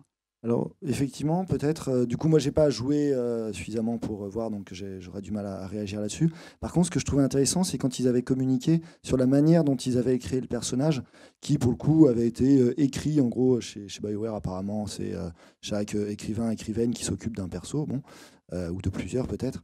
Et qui avait été donné à écrire, pas par une personne transgenre, ce qui est déjà peut-être un peu problématique en soi, mais bon. Et donc par un mec blanc, hétéro, cisgenre. Et le gars avait quand même expliqué dans un long article sur Kotaku qu'il avait premièrement pris beaucoup de temps à se renseigner sur la question, et ce gain d'eau qu'il avait eu, et c'est vraiment là la clé du truc, l'humilité d'aller donner le draft, le brouillon de tous ses écrits à des personnes de communautés transgenres pour voir du coup si c'était foiré sur certains si points. c'est pertinent, s'il avait une bonne retranscription du ressenti. Ouais. Et le fait est que c'était le cas parce qu'il a eu plein de retours genre ah mais non là tu te rends pas compte que tu utilises un cliché, c'est problématique pour nous, etc. Et il avait repris son brouillon et donc avait vraiment amélioré le perso en prenant l'avis des gens qui savaient de quoi il parlait, qui le vivaient. Et apparemment le perso qu'on a résulté, même s'il est relativement peu mis en avant, dans ce qu'on voit du jeu, a du coup été assez acclamé par les communautés transgenres comme étant une représentation juste, respectueuse en fait des trans. Il y a une soif de représentation de manière générale entre autres effectivement de la communauté transgenre ou de la communauté LGBT au sens large. Et nous on commence à le percevoir parce que justement on a des gens à travers les forums, qui nous disent moi j'aimerais bien avoir quand même un personnage qui puisse je puisse me sentir proche de lui, quoi. Alors après, effectivement, on a hélas des difficultés à faire passer ça auprès de nos éditeurs. Et même quand on arrive à le faire passer, c'est vrai que c'est compliqué, même si on est plein de bonne volonté, de le faire bien et de faire en sorte que ce soit des personnages justement qui rendent cette communauté-là heureuse et fière, et pas oh merde, si c'était juste pour mettre ce perso-là dans un coin et qu'au final il serve à rien et c'est juste une sorte de caution. C'est dommage. Mais c'est un exercice qui est extrêmement difficile et je pense qu'effectivement, ils ont essayé, ou en tout cas, ils ont voulu vraiment bien le faire. Et de la même manière que c'est effectivement très difficile de donner sa voix, de manière générale, à un personnage qui est différent de nous quand on est blanc et ainsi de suite, quoi. Lise. Je pense que c'est la problématique, sans vouloir spoiler, qu'aborde le jeu Normal Lost Phone. Et en fait, d'après moi, ce genre de progression-là, elle peut aussi venir parce que pour info, Normal Lost Phone, c'est un jeu indépendant qui a, dans un premier temps, été créé pendant une game jam et ensuite développé. Et je pense effectivement que ce genre d'évolution-là, elle peut venir des jeux indépendants qui n'ont pas cette contrainte, ou pas toujours cette contrainte de l'éditeur, et qui du coup vont pouvoir faire ce qu'ils veulent. Et de là, peut-être que leur succès va pouvoir donner des idées aux plus gros. Ce serait une idée justement de l'évolution, savoir comment mieux faire demain. Est-ce que ça serait justement proposer non pas l'intégralité du panel de personnages que compose un jeu, bien entendu, sinon il y en a pour 10 ans, mais au moins d'un grand jeu avec du monde, beaucoup de monde à interroger, mais que par exemple les personnages principaux féminins soient justement, peut-être que c'est déjà le cas, mais soient justement proposer un panel de femmes joueuses et non joueuses par rapport justement au ressenti qu'elles ont en voyant le personnage, en comprenant ses émotions.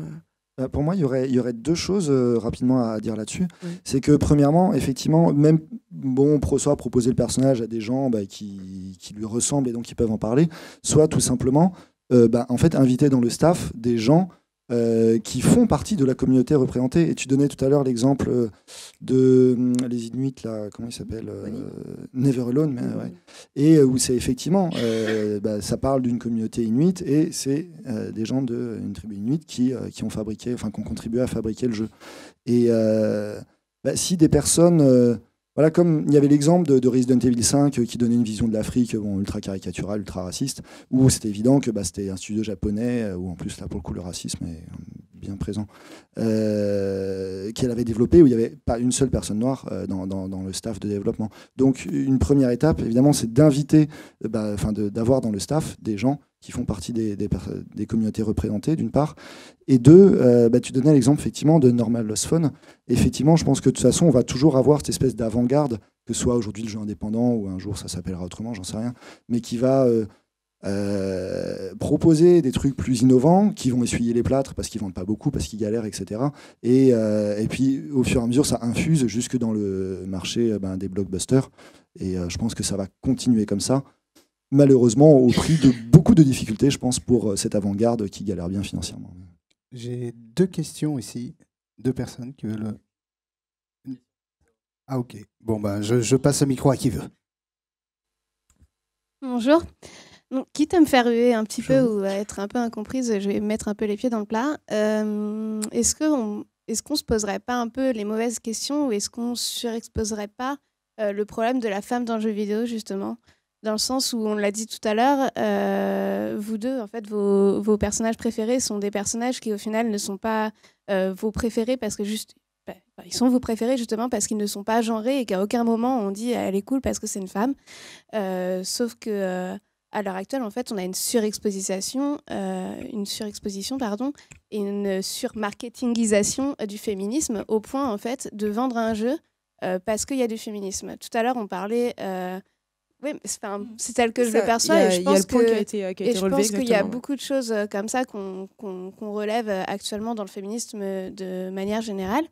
Et tout à l'heure, par exemple, on citait le jeu de combat comme un exemple qui était extrêmement anti-féministe de base et qui justement a j'espère que c'est pas comme ça que ça a été construit. Non, c'était en tout cas, c'était pas du tout ce qu'on voulait dire. Mais c'est que il avait pris le contre-pied en tout cas. C'était historiquement, il se trouve que parce qu'il a été marketé comme on a décidé que les jeux de combat étaient destinés au public jeune garçon. On a effectivement créé les personnages féminins qui étaient dedans étaient effectivement hypersexualisés. Ça ne veut pas spécialement dire que tous les jeux de combat dans toute l'histoire sont sexistes. Oui, bien sûr, mais effectivement, je me suis mal exprimée là-dessus. Mais justement, est-ce qu'on n'irait pas...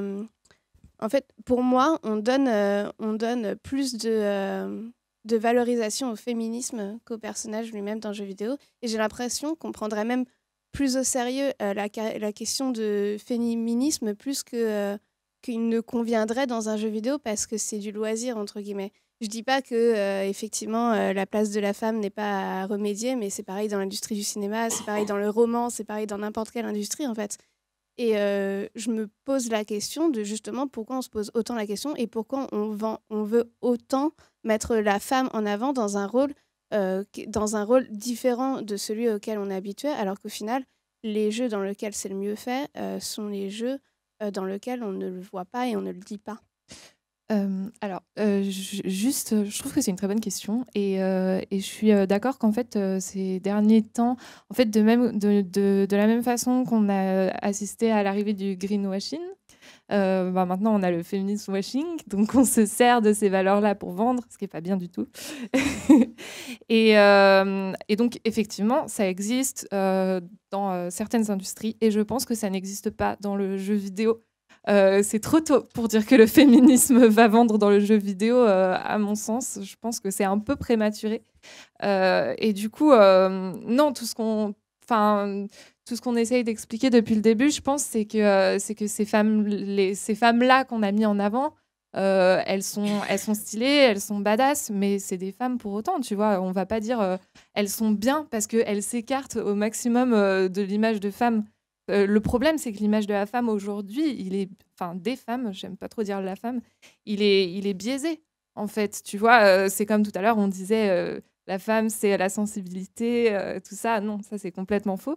Et ce qu'on apprécie, c'est les personnages féminins qui s'éloignent de ces préjugés, qui sont faux et qu'on nous met dans la tête dès la naissance. Et pour autant, pour moi, c'est pas du féminisme washing. Comme je dis, pour moi, c'est trop tôt pour parler de ça dans le jeu vidéo. Oui, c'est ce qu'on a abordé à un moment. Hein. C'est ce que, quand on disait que de toute façon, le changement viendrait, je crois pour répondre à la jeune femme tout à l'heure, viendrait par le fait de traiter différemment les personnages au sens large. Oui, c'est une évidence. Les personnages masculins comme féminins. Moi, alors, je suis d'accord, je pense pas que ça fasse vendre non plus. À ma connaissance, c'est pas le cas, en tout cas pas encore. Ou alors c'est vraiment ultra niche, des jeux indés super dédiés qui doivent circuler sur quelques communautés, mais franchement, ça me paraît ultra obscur de vendre avec du féminisme dans le jeu vidéo. Je dis pas dans d'autres domaines, hein, mais dans le jeu vidéo, ça me paraît non. Par contre, je suis d'accord sur le fait que l'idéal, et que c'est vraiment ce vers quoi moi j'aimerais aller déjà quand je fais mon métier, c'est-à-dire quand je crée des jeux, c'est d'avoir des bons personnages et que leur sexe et leur sexualité, qui en plus n'ont rien à voir l'une avec l'autre, soient pas forcément au cœur du problème. Est-ce qu'ils ont une bonne histoire? Est-ce qu'ils ont des trucs à raconter? Est-ce qu'ils ont des buts intéressants? Est-ce qu'on a envie d'en apprendre plus sur eux? Oui. Et avant de se dire, ah ouais, mais alors attends, est-ce qu'elle a une mini-jupe ou est-ce que... Enfin, on s'en fout. Après, il se trouve que ça peut intervenir, du coup, dans une histoire. Ça peut, j'en sais rien, le côté vestimentaire peut devenir, pour X ou Y raison, parce que c'est le cœur du jeu, je sais pas, il y a un truc. Voilà, par exemple. Je dois avouer que c'est pas trop mon genre de jeu, mais ok. Mais effectivement, l'idéal, en termes en tout cas de personnages un petit peu plus profonds, effectivement, que le côté juste jeu de vestimentaire. FF12 pour le coup. Oui, aussi. Qui est là, Vétisphère, vraiment un point central du gameplay. Ouais. En tout cas, c'est l'évidence, c'est-à-dire avoir des bons personnages, quel que soit leur sexe, quel que soit, enfin, effectivement, des extraterrestres aussi. On peut avoir des extraterrestres intéressants. Ça devrait pas, mais ça, on parle vraiment de quelque chose d'idéal, être ce qui est central dans la réflexion sur un personnage. Le problème, c'est qu'effectivement, avec un peu de recul, on se rend compte pour l'instant qu'il y a un certain déséquilibre en termes, en tout cas, de nombre de personnages et de leur rôle possible dans les histoires. Et encore une fois, moi, pour le coup, j'aimerais bien, et c'est pour ça que j'arrête pas d'en reparler à chaque fois, qu'on ne se limite pas là, dans cette discussion-là aux personnages féminins, parce que les personnages noirs, les personnages asiatiques, effectivement, comme le Japon a été maître quand même du jeu vidéo pendant très très longtemps, il y a heureusement des personnages asiatiques intéressants, mais finalement, c'est très très binaire, quoi.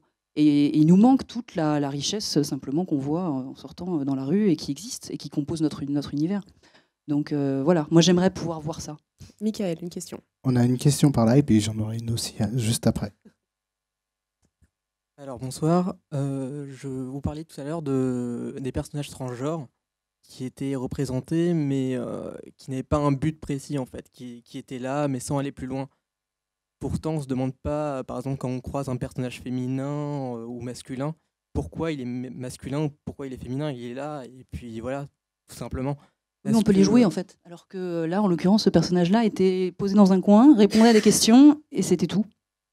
Donc c'est pour ça, en fait, que moi, je trouvais ça étrange qu'on l'ait posé là. Oui, est-ce que c'est vraiment une représentation? Il est posé là pour représenter quelque chose? Ou est-ce que, voilà, on ne se pose pas la question, quoi. On devrait pas se poser la question. Je sais pas, j'ai pas développé ce jeu-là. J'y ai joué, mais je l'ai pas développé. Dans l'idée, est-ce que vous, quand vous créez un personnage, vous le mettez, vous créez un personnage féminin pour représenter la femme, ou est-ce que vous créez un personnage masculin? Jamais la femme, féminin, déjà parce qu'il n'y en a pas qu'une, enfin à ma connaissance, oui. Qu'on n'est pas toutes faites sur le même modèle. Ça dépend de ce que j'ai raconté. Est-ce que vous créez comment pour maintenant, comment créer un personnage en fait? Est-ce que créer un personnage féminin ou masculin avec les mêmes critères, le même caractère, est-ce que c'est possible? Ou est-ce que être une femme ou un homme, ça apporte quelque chose en plus en fait? Ça va déjà beaucoup dépendre de l'univers du jeu, ça va dépendre aussi de de l'histoire de ce personnage.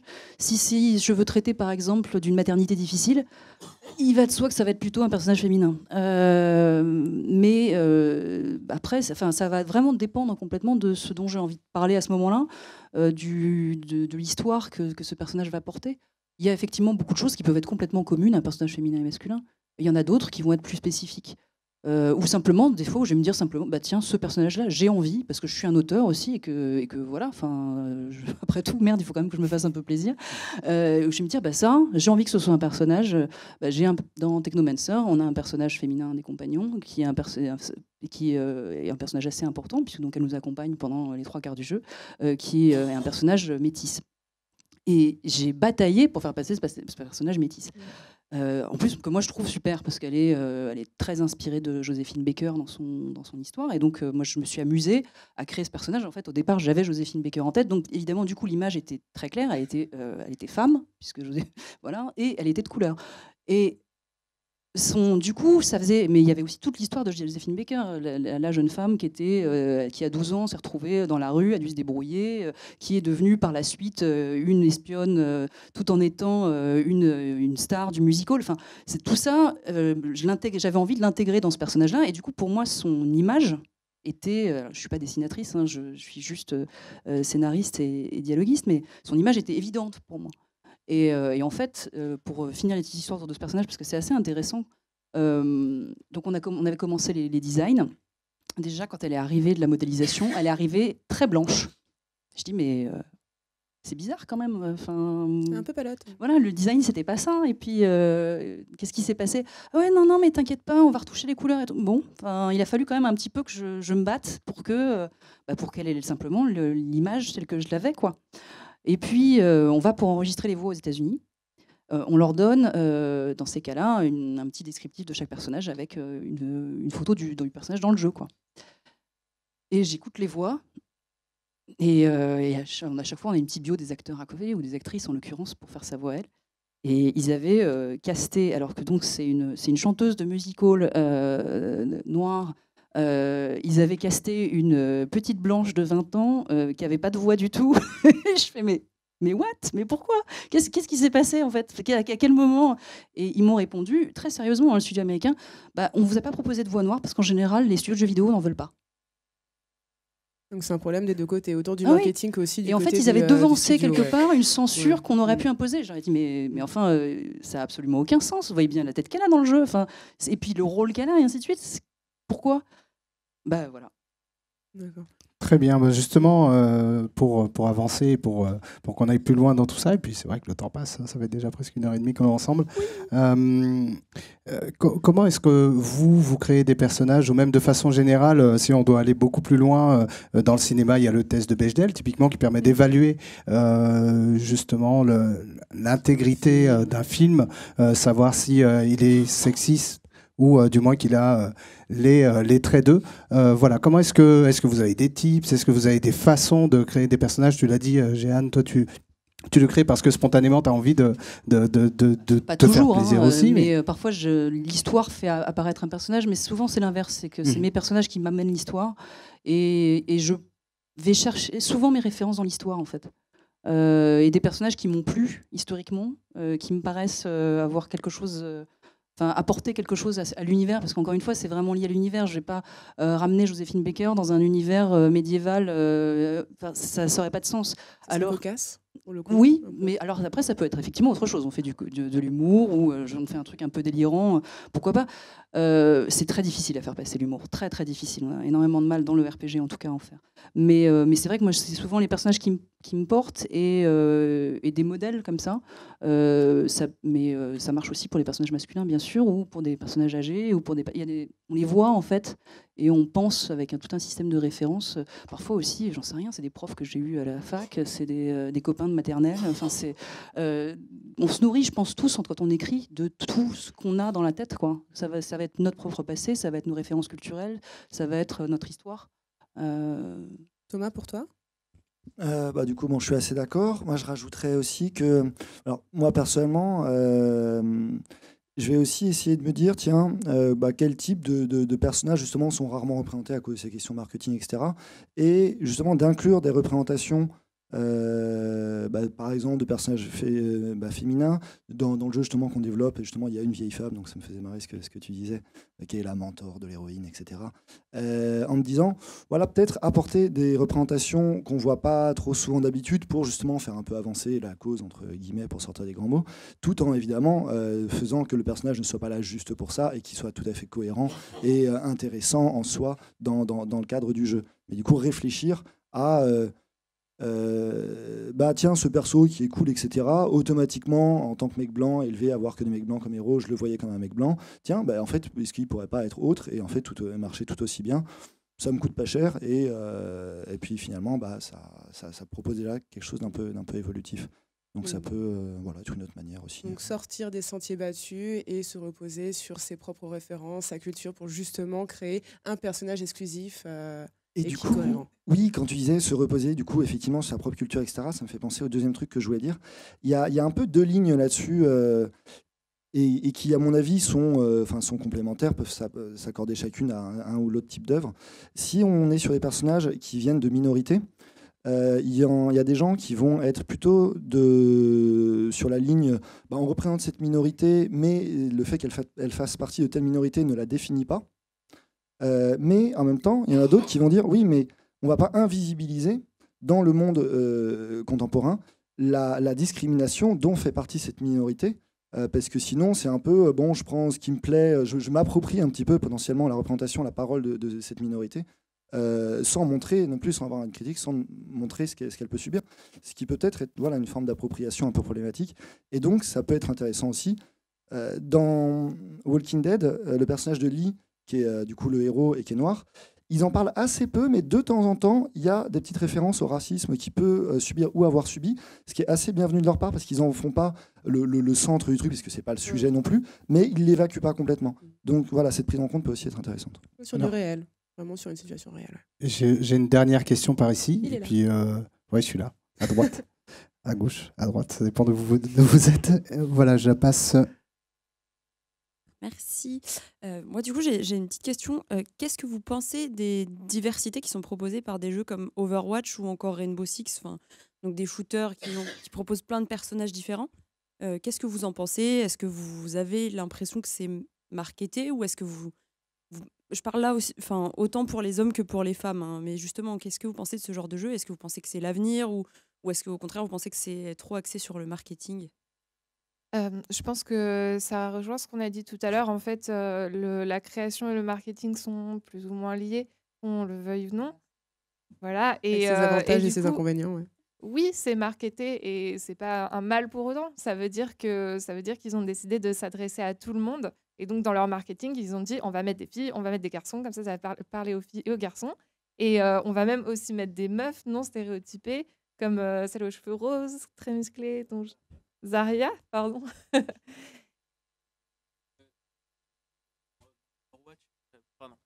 Rapidement, très rapidement, si vous regardez en Overwatch, si vous regardez plus précisément, les personnages comme Tracer, Pharah, tout ça, sont toutes des femmes qui ont soit des vêtements très moulants, soit sont des personnages qui sont certes dans des armures, mais qui sont très belles. Et finalement, la seule femme qu'on veut essayer de sortir de ce stéréotype, comment on va la faire? On va la faire un peu velue, très masculin, un côté un peu femme forte russe. Et on va aller au contraire. Je trouve que justement, c'est presque insultant dans le sens où on va se dire, la femme, soit elle est super belle et elle est super forte, soit elle va être très forte, mais on va la caricaturer comme une version masculine qu'on veut voir de la femme. Je suis pas totalement d'accord. Pour moi, Zarya, elle a une certaine forme de charisme, en fait. Elle est super classe et non, pour moi, c'est pas un personnage moche ou velu, comme tu as dit. Mais c'est pas la seule pour moi qui justement sort des carcans. Hein. On a vraiment un panel de personnages. Tracer est queer déjà. Déjà, et puis Tracer, pourquoi elle porte du moulant? C'est parce qu'elle est super rapide et on parle d'aérodynamisme là. Voilà. Non, mais c'est vrai qu'il y a quand même plusieurs persos. Malheureusement, désolée, je ne suis pas une joueuse de Overwatch, donc je n'ai pas les noms. Mais on a des grosses, des fines, des grandes, des petites. On a vraiment de tout. On a des blanches, des noires, des asiates, des arabes. On a vraiment de tout. Et justement, je trouvais que Overwatch, c'était justement le très bon exemple de mixité qu'on puisse avoir autant chez les hommes que chez les femmes, là, pour le coup. Pour moi, oui, c'est marketé, mais tant mieux parce que ça signifie qu'en fait, les éditeurs ont décidé de s'adresser à tout le monde. Donc le marketing dans le bon sens. Ouais. On va tâcher de conclure justement avec un dernier mot de votre part, si vous voulez ajouter quelque chose. J'ai juste, quelque part, c'est un peu pour répondre à ça, c'est que finalement, les RPG, depuis très très longtemps, proposent de jouer. Parce que certes, les compagnons, là, c'est des personnages que nous, on décide, qu'on bâtit, etc., en tant que créateur, mais le personnage qu'on joue, le héros, alors du coup, il est forcément un petit peu plus fade quelque part parce qu'en fait on veut que vous puissiez rentrer dedans et du coup ça fait très très longtemps qu'on peut en choisir la tête, le sexe, la couleur de peau, la création de personnages, effectivement, la taille des oreilles, enfin ce que vous voulez, et c'est dans le RPG que finalement depuis très très longtemps, et c'est peut-être aussi pour ça que moi je l'ai peut-être moins subi dans ma propre expérience de joueuse, c'est que j'ai toujours pu créer mes persos et décider que si j'avais envie de jouer même des aliens parfois, putain c'était fun, ou effectivement alors sur l'âge, c'est souvent limité, par contre, mais sinon, franchement, on a énormément de liberté, quoi. Les éditeurs de Fallout, de tous ces jeux-là, permettent quand même de créer à peu près n'importe quoi, y compris des gens très laids. Enfin, même surtout des gens très laids. C'est vrai. Moi, j'aimerais bien jouer un jour quelqu'un de très très vieux, effectivement. C'est vrai qu'il n'y en a pas beaucoup. Très très vieux et puis très agile, ce serait marrant. Un petit Yoda. Lise, un dernier mot. Moi, je pense que ce qu'on peut retirer de cette discussion avec vous, c'est qu'on a besoin de diversité et surtout de s'écarter des stéréotypes, quel que soit le genre du personnage. Et je pense que les mecs aussi souffrent, je sais pas, mais pâtissent du fait d'avoir des modèles comme ça masculins qui sont idéalisés, qui sont toujours super classe et méga costauds. Ça nous force à faire de la muscu pour ressembler à ça. Pour autant, aujourd'hui, on parle de l'image des femmes parce que c'est vrai que moi, c'est un sujet que j'étudie depuis un bon moment et ça m'a toujours... il y a beaucoup d'exemples qui me désespèrent encore aujourd'hui et ça m'énerve. Mais c'est évident qu'en fait, il y a un travail à faire des deux côtés pour s'écarter des stéréotypes et pour que tout le monde ait envie de jouer. Très bien. Thomas ? Et du coup, moi, je rajouterais... il y a déjà plein de belles choses qui ont été dites. Donc, peut-être 2 choses rapidement. Que quand on parle d'une thématique, ça va être important, même si on ne la subit pas soi-même, d'être avant tout dans l'écoute des personnes concernées. Donc, en l'occurrence, ces questions de représentation de joueuses, de sexisme, des femmes en particulier, d'une part. Et puis, d'autre part, que ce soit... notamment en tant que joueur-joueuse, vu que j'imagine que c'est la grosse majorité du public, qu'à son niveau, on vote avec son porte-monnaie, comme un petit peu tu le disais, et que ça, c'est le levier qui est vachement important pour faire changer tout ça éventuellement. C'est une très belle conclusion. Merci beaucoup. Merci à vous d'avoir participé à cette session des rencontres vidéoludiques. Merci Maïté. Merci Jeanne, merci Lise et Thomas.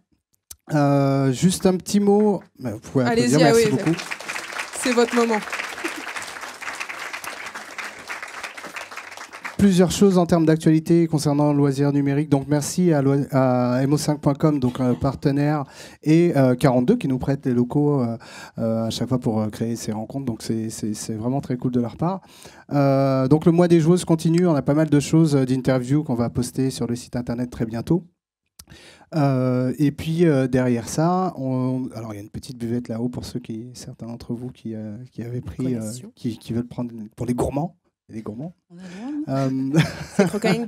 Est-ce que d'ailleurs vous êtes les bienvenus si vous voulez partager un petit bout de gâteau avec nous, de granola. Donc voilà, nous c'est l'association Loisirs Numériques. Il y a une quinzaine de membres dans le public que je remercie aussi pour toute l'aide apportée pour la création d'événements. Suivez le mouvement.